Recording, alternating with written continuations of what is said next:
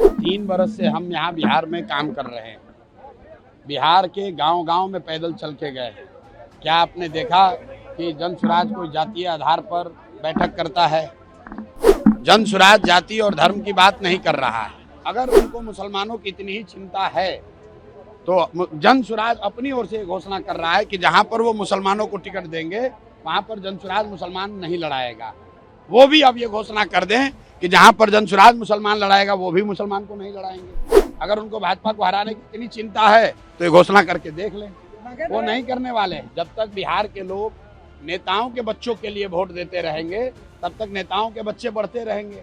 जन स्वराज 3 साल से यही कह रहा है कि जिस दिन आप अपने बच्चों के लिए वोट दोगे तब आपके बच्चों की स्थिति सुधरेगी। नहीं तो कभी लालू जी के बच्चे का जीवन सुधरेगा, कभी अमित शाह के बच्चों का जीवन सुधरेगा। 3 बरस से हम यहाँ बिहार में काम कर रहे हैं। बिहार के गांव-गांव में पैदल चल के गए। क्या आपने देखा कि जन स्वराज कोई जातीय आधार पर बैठक करता है? जन स्वराज जाति और धर्म की बात नहीं कर रहा है। आज यहाँ पर जैसे कई बार हम लोग हिंदुओं के सभाओं में भी जाते हैं, वैसे आज मुसलमानों की सभा में आए हुए हैं। इसमें कोई ऐसी बात नहीं है कि अलग, इसमें क्या सभा में हिंदू नहीं है?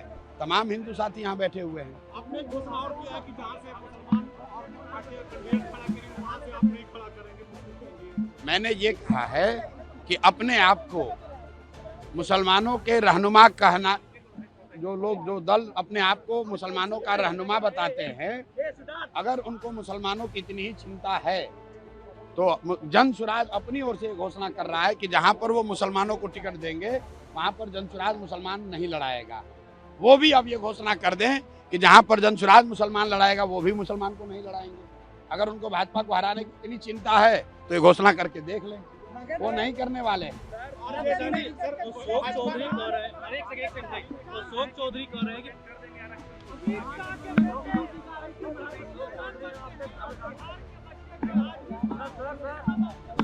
मेरे भाई, जब तक बिहार के लोग, रुक जाओ भाई, जब तक बिहार के लोग नेताओं के बच्चों के लिए वोट देते रहेंगे तब तक नेताओं के बच्चे बढ़ते रहेंगे।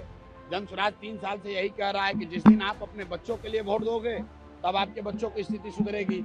नहीं तो कभी लालू जी के बच्चे का जीवन सुधरेगा, कभी अमित शाह के बच्चों का जीवन सुधरेगा। Ashok Chaudhary hit and run game खेल रहे हैं। ऐसा है कि मानहानि का दावा भेजना, आप लोग तो ऐसे कह रहे हैं जैसे उनको सुप्रीम कोर्ट से कोई बरी कर दिया गया है।